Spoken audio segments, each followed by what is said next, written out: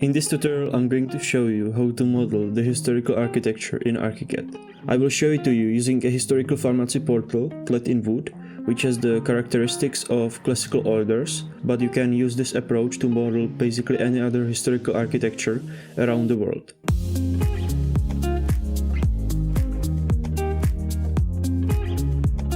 The first thing what you want to do is gather up some references and then get them into scale, meaning per millimeters or inches. I was able to photograph it myself and even measure the height of the columns and the width, so that makes it easy for me to match the picture to the measurement. The second best thing you can do is probably find measurements online and then match them, or find pictures with people in it and set the scale approximately according to them. When you have photos of the building from at least two angles, you can start modeling. I always start with the basic shapes like wall, behind the portal, then I try to break down the complicated mess of the structure into simple shapes like walls, beams, columns and slabs that can be made in ArchiCAD. I'm using these because they can be altered, unlike Morse. In front of this wall there are 3 columns sitting on pedestals. I'm again modeling just a basic mess of it. I slowly add the door and the window on the sides. It can seem a bit like 3-imperial arch at the end. Behind each column there is a pilaster, so I'm going to create those too. But this all depends on how much complicated your historical building is. On the top of these columns there is an entablature, which for now will be made of slab. Next step is to create a profile of the wood cladding that is all over the wall, pedestal and entablature. I'm used to using a picture, making a grid on it according to how the profile seems, and then using the grid to model this profile. This can be done just by creating an outline and then filling it. Then I copy this profile to a profile manager and create a new profile so I can use it as beam or a column, and it stays parametric so I can change it, unlike Morse as I mentioned earlier. Now I form the wood panel out of beams and columns, changing the end cuts, rotation to connect to each other properly.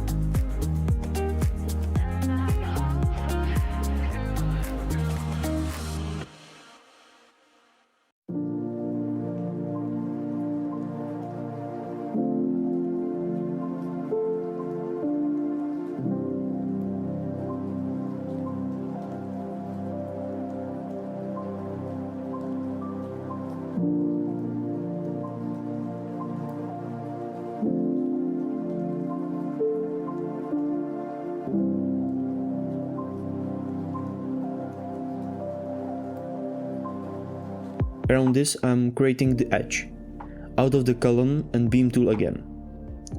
It is very important to place your reference axes properly. I try to always place them on each other if they are related. It can be a headache if you ignore them to fix something later.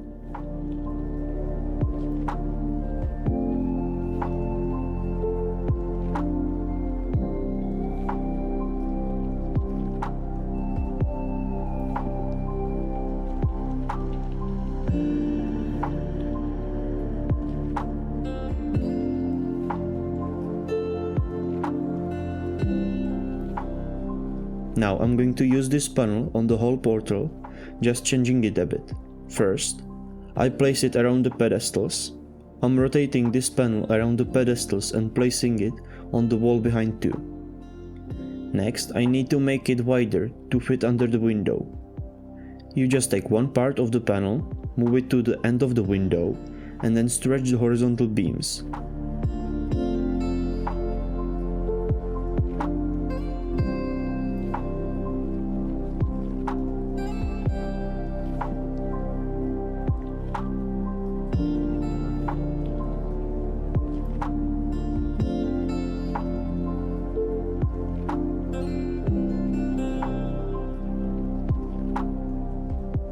I'm going to repeat this process everywhere and get back to you. Now I'm creating a new profile for the plinth. It's the same process again. You just create a grid according to your reference, then profile, and then use the beam tool to create the plinth.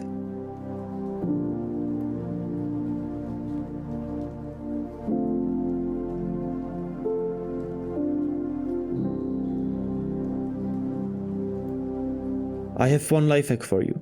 It can happen that sometimes profiles will attach themselves, and we probably don't want that. The solution is to use different layers and change the number next to visibility column to 2. Only different layers won't help you, so you have to change the number too. Next is the ledge on the top of the pedestal and the ledge just under the arch. So the same process again, create grid, then profile, and use beams with this profile. The ArchiVault has just one more step, but the beginning is the same. Create a grid from the reference, copy to the profile manager, and create a beam across the arch. In beam selection settings, make the beam curved and set the right end cuts. Place it correctly and maybe copy it somewhere else as I did. I have one more ArchiVault here, so I'll just follow the same steps. Next thing is the detail next to the ArchiVault. Sometimes it is better to use morphs, but this time it's easier with my own profiled curved beams and columns. I can use the same profile that I used on the panels.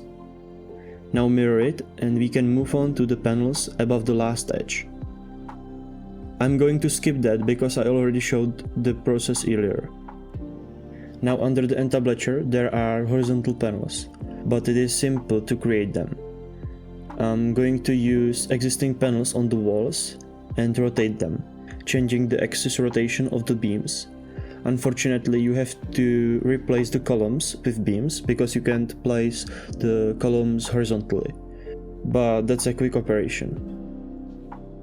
Under the future columns there is unprofiled panel. Again, use this horizontal panel under the whole Entablature. The first ledge on the Entablature again has a different profile. This is common. As you saw, I used 5 or 6 profiles until now, but there will be over 20 on this portal.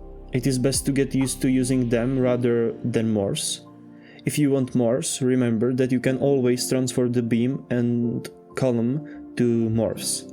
It's just easier this way. On the top of the Entablature, there is this big ledge slab. Notice that you can model this one as one piece, separate from the consoles. This will save you a lot of time combining more ledges or components into one if it is possible. Just remember, if you are modeling according to a photo, there will be a perspective distortion, so bear in mind that you should use other photos to check the correct measurements of your profiles. There are panels in the space between the ledges, the same as the ones that are below. Only the middle panel, where the text is slightly different.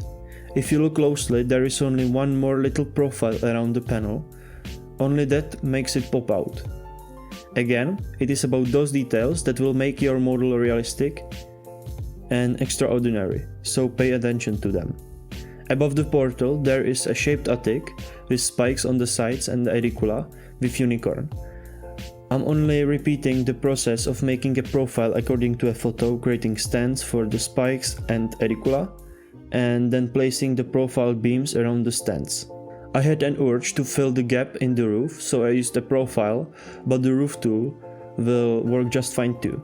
But if you want to create a section of the historical architecture, that will create a blank spot in it, so I recommend using profiles. I choose to model the spikes first. I'm using a profile again. In this case, it is crucial to place the reference axis outside, so you can create a square shaped out of it. That will create the spike structure, or basically everything else according to your profile. When you want to use some of the basic shapes, sometimes it's better to use the objects from ArchiCAD library. In my case, I'm placing a sphere on top of the spike. Now I will create an Aedicula in the middle of the roof, which is basically a wall with a small entablature on the top and a gable roof above it. In the Aedicula there is a niche with a unicorn, so I'm going to skip to the roof and the ledges around it. I'm using a morph because that isn't going to leave me an empty spot under the roof. So I usually switch to the elevation to draw the shape of the roof with lines and fill it with a morph using the magic wand. Then you have to find the triangle in the 3D. Now place it where you want and stretch it to create the roof. On the roof is the same profile as below, but I need to switch from the horizontal beam to a slanted one and measure the angle to match the roof.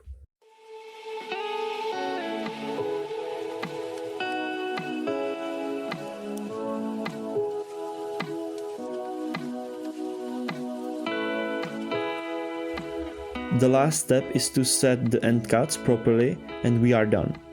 I'm not going to model the columns, at least not right now.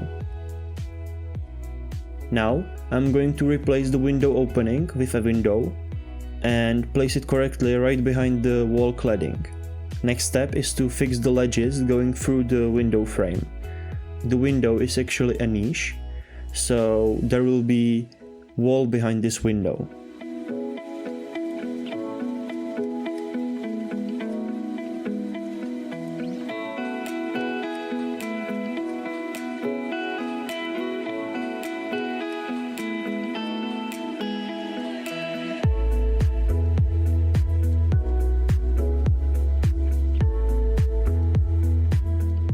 Now it is time for columns.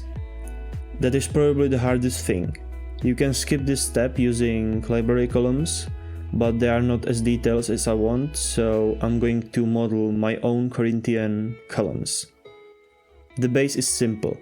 The only difference from the other beams is that you have to make a cylinder. By using a curved beam, you can model the base in a few steps.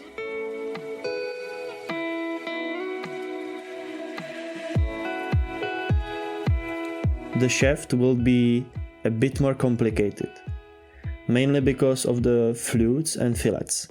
I think that the easiest way is to create the profile of a horizontal section. By dividing the circle correctly, you will get the same shape as I did, then use the profile for the column to make the shaft.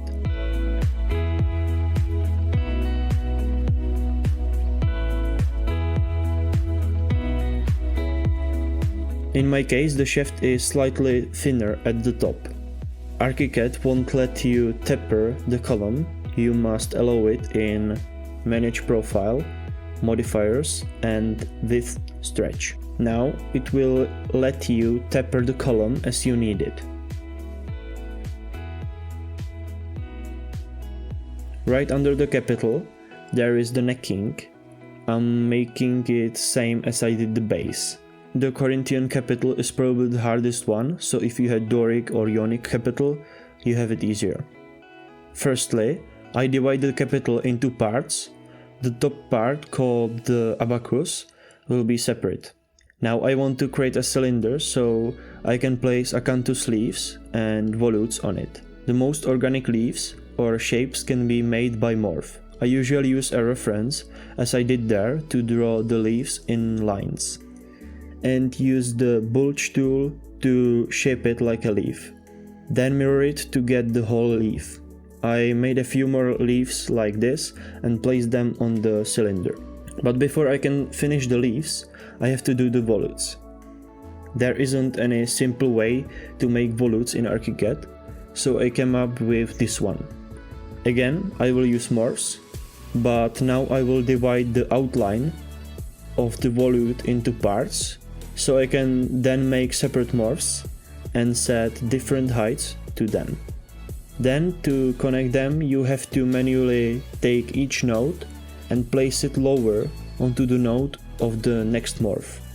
This way you will get a smooth transition and it will look like a one piece. It is not elegant, but it works. Now you can mirror it and place it on the cylinder. Now I will finish the leaves and mirror this completed side to the other sides.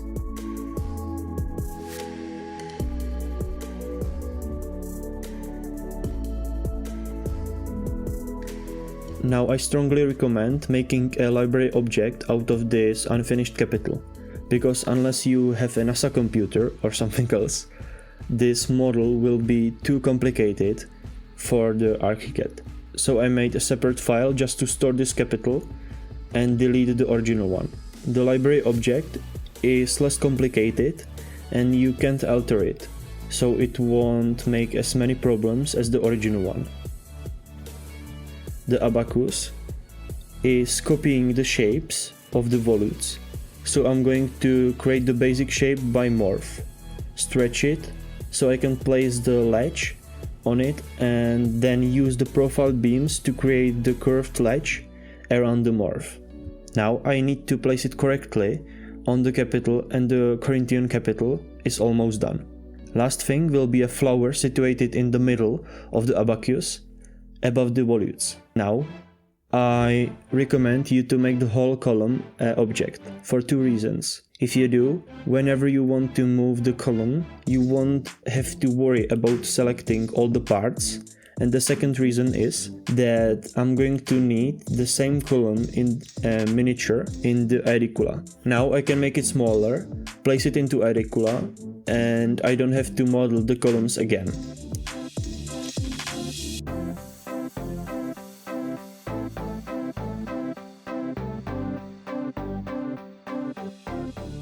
Also, one of the details next to the Aedicula is a small volute.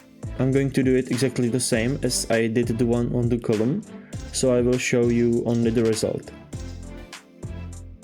Now I'm going to focus on the consoles under the main cornice. I'm using lines to divide the console into parts, and then I will make them out of morphs. Notice that there are 4 bigger panels and 3 smaller panels oriented vertically. I make the smaller one by offsetting the outline of the bigger one. Create from both morph using the magic wand and then stretch it to match the reference. Then put all pieces together and it's done.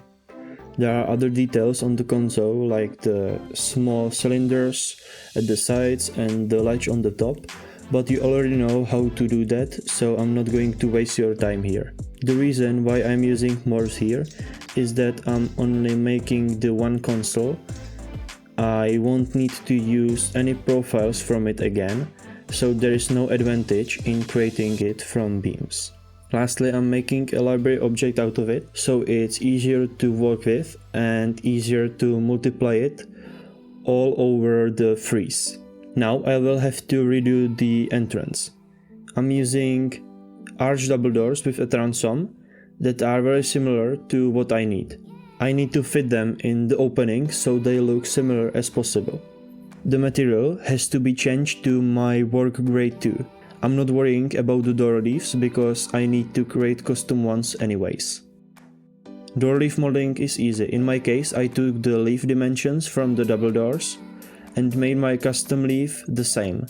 I'm using the beams, slabs and ledges to make the door leaf look as close as possible to the picture, making sure to make the glass as slab too.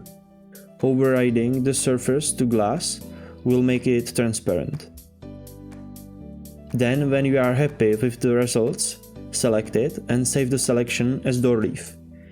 In the double door settings, choose custom leaf and then your named custom door leaf. I noticed that there is closing latch in the front of the leaves, so I modeled that too. But I cut it out so it won't waste your time and we can focus on the important things. I put a wall behind the doors so it will look more natural, but obviously the wall isn't there in reality. There is a unicorn in the Aedicula. The easiest way how to get models of various things is from the 3D printing community. So I downloaded a model of a unicorn head from one website and I imported it into an ArchiCAD. You have to be in the ground floor and then there is an option to merge. I have an STL file, so I choose that and open the unicorn head as a morph in ArchiCAD. I have to scale it down a lot so it will fit in the Aedicula. Under the unicorn there is the white crest, so I modeled that out of morphs too. I'm showing you the finished model because the coloring alone is boring. I added the ground and the 3D check text so the model can be as accurate as possible. Also, I did a few renders so you can see the model in all its beauty. I didn't render on screen because the render settings is for a whole new video, so if you want to know how to do better renders in ArchiCAD, leave a comment below. I added some imperfections, blurred the textures and add some reflections too. I also did a white model so the different shapes can really stand out. I would like to also mention that you can use this technique to model pretty much everything in ArchiCAD, so you don't have to stay in classical orders. Let me know what you think about those renders or about any other techniques that I used in this video. Also, if you have any other questions, leave a comment below. If this video helped you, consider subscribing or hit the like button so I can make more videos about what you want to see.